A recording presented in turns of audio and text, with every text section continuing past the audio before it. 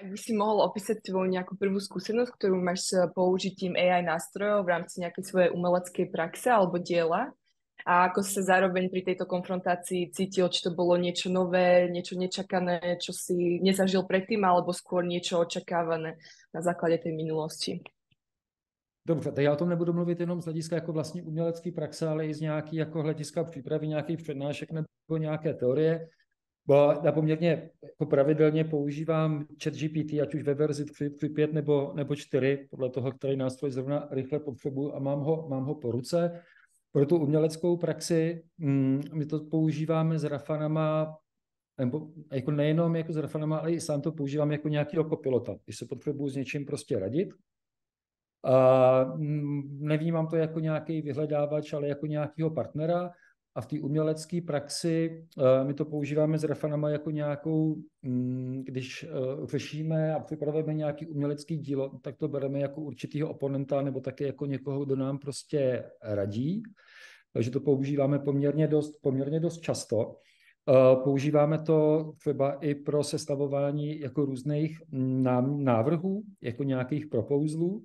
Teďka mluvím o té textové části jako ChatGPT. A používali jsme to jako ne přímo pro nějakou konstrukci, jakoby obrazovou. To asi jsme schopni zvládnout sami a líp, ale nepotřebujeme to. Nicméně používali jsme to takovým zajímavým způsobem na nějakou zpětnou interpretaci. Takže jsme natočili nějaký video, který z části funguje na bázi nějakých jako avatarů a řeší problém nějaký jako reprezentace a nějaký společné identity. A tam jsme používali ChatGPT potom na zpětnou interpretaci, jsme mu popisovali vlastně výsledek toho videa a ono to udělalo interpretaci za nás, protože my jsme nebyli toho schopni z toho důvodu, že jsme sami byli autory a aktéry. A to je taková zajímavá věc, která mě na té umělé inteligenci zajímá a považuji za dost důležitou, do jaký míry to dovede interpretovat nějaký nevědomý pochody, který ty jako umělec děláš. Nevím, jestli to je srozumitelný, ale spoustu těch věcí, které člověk jako umělec dělá, jsou nevědomí a nedělá to na základě prostě nějaký jako ilustrace, nějaké intelektuální prostě konstrukce, ale ten ChatGPT nebo respektive ta umělá inteligence ti to dovede zpětně interpretovat a dovedeš s ní tímhle způsobem nějaký dál pracovat. No, to asi pro začátek stačí. Ty obrazové moduly používám spíš k tomu, když potřebuji si nějakou věc jako vizualizovat, kterou mám v hlavě, tak mi to udělá prostě nějakou jako črtu. Beru to jako, když si člověk dudluje. Čiže pokiaľ tomu správne rozumiem, tak mali ste nejakú potrebu zahrnúť tieto kúsky alebo túto spoluprácu aj do svojich výstavných finálnych diel na výstavy? Ne. Alebo toto Ne, obrazově ne. Myslím si, že ani jako v nejbližší době nějak nepočítám s tím, že bych využíval nějakých prostě platform, ať už je to prostě Runway, nebo ať už je to Stable Diffusion k nějaký vlastní tvorbě. Nemám tu potřebu. Nicméně, co se týká tady těch obrazových záležitostí kolem AI a dejme tomu jako pohyblivého obrazu, tak já jsem byl minulý rok ve funkci producenta společně s Moloko Films a produkovali jsme jeden krátký film, který jsem si našel na základě jednoho autora. Ty ho možná znáš, to je Tomáš Rampula, ještě z CASu. A vlastně tam jsem byl ve funkci producenta, který na základě nějaký 7sekundové ukázky měl touhu zprodukovat celý tenhle 15-minutový film, který je kompletně dělaný pomocí AI. Zajímalo mě na tom jako spousta spíš teoretických věcí a do jaké míry ta umělá inteligence pracuje s nějakým generovaným pohyblivým obrazem, který už se nemusí zakládat prostě na nějakých reálných záběrech. I když se to týkalo určitých konkrétních událostí z druhé poloviny 19. století, to úplně generovaný od začátku do konce. Ako teda vnímaš výstavy, ktoré sú kompletne vytvorené za pomoci AI, keď táto skutočnosť je samozrejme aj priznaná samotným autorom? Dokážeš to vlastne tie diela pocitovo i názorovo príjmať na rovnakej úrovni ako výstavy bez spolupráce s AI? To souvisí asi s nějakým jako širším uvažováním o AI. Myslím si, že jako ta současná doba je jako velmi zajímavá, že je nějaká zlomová. Já to AI nevnímám jako další druh umění, ale vnímám ho spíš jako něco hlubšího. Přirovnávám si to jako pro sebe k nějakému vynálezu knihtisku, v 15. století. Myslím si, že AI je určitě nejenom v umělecké praxi, že se zdaleka nedotýká jenom umělecké praxe. A je asi daleko přelomovějším vynálezem nebo objevem, tak jak se teď používá, než byla i fotografie. Myslím si, že jsme v tom zlomovém období, že jsme na začátku tohohle média a všichni víme, že to nějakou dobu bude trvat, ale ta otázka, na kterou se mě ptáš, jako umělci nebo lidi pracující v oblasti jako nějaký vizuálního umění, vizuální kultury, pracujeme s nástroji umělé inteligence poměrně dost dlouho. Si moc nepamatuju ani, že bych s tím někdy vlastně nepracoval, když už prostě stříháš něco nebo pracuješ s nějakými editačními programy, když zůstanou toho vizuálního umění. Když pracuješ s nějakýma digitálníma médiama, tak vždycky si pracovala na určitý míře automatizace nebo nějaký umělé inteligence. Myslím, že teďka je to opravdu zajímavější ještě v té míře, že to není jenom nějaký machine learning, ale tady nám usnadňuje práci, ale je to něco, co nám tu práci může zcela jako prostě proměnit. Se dovedu představit, že dovede pracovat i na bázi bez nás, že to může být jako zajímavý, ale když se zajímám o kinematografii, kterou jsem studoval, tak prostě kinematografii trvalo 20 let, než začala mluvit. No. Jako AI s náma je tady jako rozhodně už pár let, ale myslím si, že to, co považujeme teďka za takzvané digitální umění, tak rozhodně ještě v oblasti AI neřeklo jako zdaleka svoje poslední slovo a je to úplně na začátku. Mě to AI v obraze zajímá, dejme tomu, jako trošičku ten počátky fotografie, někdy v polovině 19. století, anebo jako kinematografie, nebo potom avantgardních proudů, si dovedu představit, že to AI způsobí nějaký náš jiný přístup k umění a k vizualitě a my ji ještě značně proměníme. My se staneme nějakou jako přirozenou konkurencí a budeme na to nějak reagovat, takže já předpokládám, že naopak je to velmi jako optimistický a nadějný, protože spousta generovaných obrazů bude v nás vyvolávat pocit, že musíme přijít na nějakou novou obrazovou formu. Myslím si, že může vzniknout i spousta doteďka jako neviděného, nepředstavitelného umění, který bude podmíněný AI a ta AI se ho ani nedotkne. Super, díky. Teda zatiaľ, čo sa umelci adaptujú na ten coworking s AI, ako ponímaš tento nástroj v funkcii teoretickej, kedy ta spolupráca prebieha napríklad s kurátorom? Jo, to si myslím, že jako mnohem zajímavější než ty samotné vizuální podobě. Mám pocit, že prostě pro kurátory, takhle, když to řeknu teďka kriticky, tak prostě dejme tomu, kurátorství není jenom to, že člověk sestavuje nějakou výstavu, ale pracuje s nějakým tématem a ta umělecká díla mu dělají nějakou sadu, která to poznání může nějakým způsobem rozšiřovat. A na druhou stranu kurátor je z velké části prostě teoretik.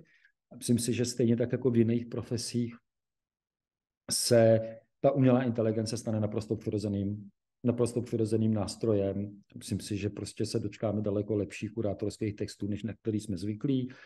Když jsme to, dejme tomu, se vrátím k Rafanu, když jsme to takhle nějak používali, tak celé bez uzardění můžu říct, že to vymyslelo daleko lepší kurátorský koncepty, než kdybychom spolupracovali s nějakým kurátorem. Asi tak jako tvrdě, no. Ja som teda registrovala konkrétny prípad, kedy vlastne v Amerike na Duke University zadali AI, aby vytvorila vlastne výstavu v roli kurátora, hej, vybrala aj vlastne tie umelecké diela, vytvorila aj ten kurátorský text a tak ďalej, bolo to minulý rok. A práve na základe tejto spolupráce boli dosť prekvapení z negatívneho výsledku, že ten text kurátorský bol dosť fádny, bolo tam niekoľko chyb, čo sa týka popiskov, hej, a aj ten výber nebol nejako vizuálne koherentný. Jo, myslím si, že to, co popisuješ, může vypadat jako každá běžná výstava s kurátorským textem, které se AI ani nedotkla. Jsem teďka viděl nějakou výstavu, společnou výstavu současného mezinárodního umění, četl jsem tomu kurátorský text, který mě připadal, že je napsaný AI. Nebyl. Byl blbej. Já si myslím, že to jako pro mě jako i v té teoretické bázi je to AI strašně důležitý v tom, že aby jsme s ním byli schopni pracovat, tak musíme být mnohem chytřejší, než jsme byli. Pro mě to je jako nástroj i pro přípravu přednášek, protože já pokud tomu budu zcela věřit, tak to dopadne dost hrozně, ale může mě to někam vést. A myslím si, že zní to paradoxně, ale to, že my máme pocit, že to AI jako toho ví hodně a na druhou stranu jsme jako nedůvěřiví, tak v těch svých oborech budeme muset být daleko lepší. Musíme být daleko hlubší, musíme být daleko chytřejší, musíme být daleko kritičtější a musíme toho daleko víc vědět. Tohle je pro mě ten zajímavý paradox. Jo. Já když si tam nechám, dejme tomu z pozice kurátora, porovnávat nějaký umělecký dílo z 19. a ze současností, tak ono to bude správně, ale bude mi to uvádět chybné příklady a chybné zdroje, takže to po mně bude vyžadovat, abych svému oboru daleko lépe ještě rozuměl. A to stejný, jako možná do nějakých obecných úvah, které se ti na tom nebudou možná moc jako hodit, ale pokud v umění budeme obklopeni čím dál tím větším množství generovaného obsahu, to vůbec nebude vadit, až na to, že ten obsah bude generický, to znamená, bude velmi totožný a ty mezery, kde budeme chtít být jiný, tak musíme doplnit my. Ať už je to ve spolupráci s AI nebo ne.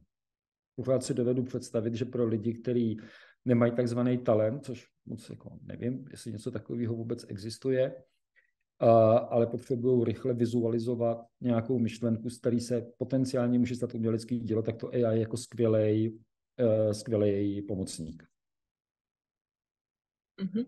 Super. Myslíš si teda, že je adekvátne predvídať nejaké ohrozenie kurátorskej profesie a pracovných pozícií zo strany AI? A ak áno, tak v akých prípadoch? Opět mě to zajímá na té obecnější rovině a to je taková ta známá fráze, o které už víme dlouho, že jsme se neustále, jako dejme tomu z nějakých našich disciplín, jsme se nezajímali o dělnické profese a věděli jsme, že budou nahrazeny nějakým automatizovaným strojem, což bylo velmi arrogantní. Stále jsme si mysleli, že ta kreativita, ta tvůrčí práce, ta intelektuální práce je neohrozitelná. Jsme velmi rychle zjistili minulý rok, že nahraditelná je. A myslím si, že ty změny se netýkají zdaleka jenom jako kurátorských pozic a myslím si, že to je zcela úplně jiný paradigma, do kterého my se teďka dostáváme, kdy budeme muset přehodnotit úplně všechno. I když to zní jako naprostá fráze a dovedu si představit ty změny, které budou zatím. Práce bude úplně jiná, práce už je úplně jiná. Ale zase na druhou stranu, za ten poslední rok se k těm změnám dochází, protože jsou tak jako výraznější. Já si každou chvilku něco nového, mám se teďka je skvělá věc, ten Copilot jako aplikace od Microsoftu, který pracuje ze 4.0, který je součástí v podstatě mobilního telefonu.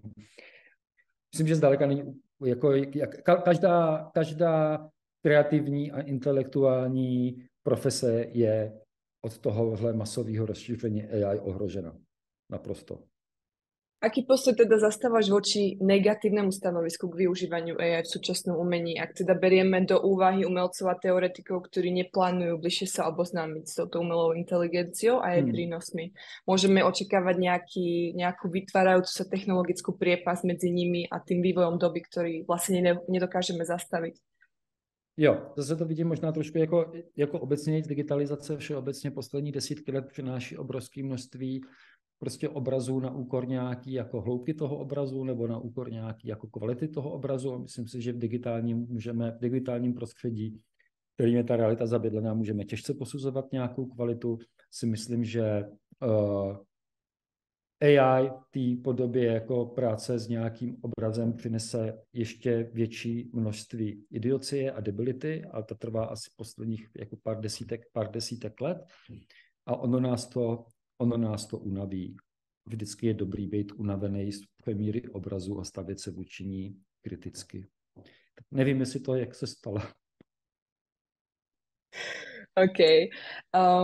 Teda, keď chceme napríklad nahliadať na AI z perspektívy práve v tom súčasnom umení, ale po stránke ekonomickej a modifikujúcej tú finančnú situáciu, možno dotovania a funding toho súčasného umenia, ako nahliadaš na túto oblasť? Jo, zase, když to vezmu nějak jako s nějakým jako prostě úvodem, já si nemyslím, že to, co generuje Midjourney, to, co generuje prostě DALL-E a tak dále, že je umění. Jo. Vůbec jako možná obecně je to nějaká jako vizuální kultura. Ale že to není prostě, že to prostě není to, co splňuje jako kategorii nějakého digitálního umění. Jak se stala? Co je to těžký? Prepáč, iba vlastne keď sa zamyslíme, keď zase vlastne sa zamyslíme na tých kurátorov a na tú vlastne finančnú stránku dotovania toho súčasného umenia, ako vlastne môžeme vnímať AI v tejto pozícii, hej, toho Jo, financovania možno. myslím si, že je jednoduše, protože pro peníze rozdělují nějaký ministerstva nebo nějaký jako korporace, které, dejme tomu, dávají nějaký peníze, nebo nějaký jako soukromý nadace a tak dále, takže to je strašně rozdílný.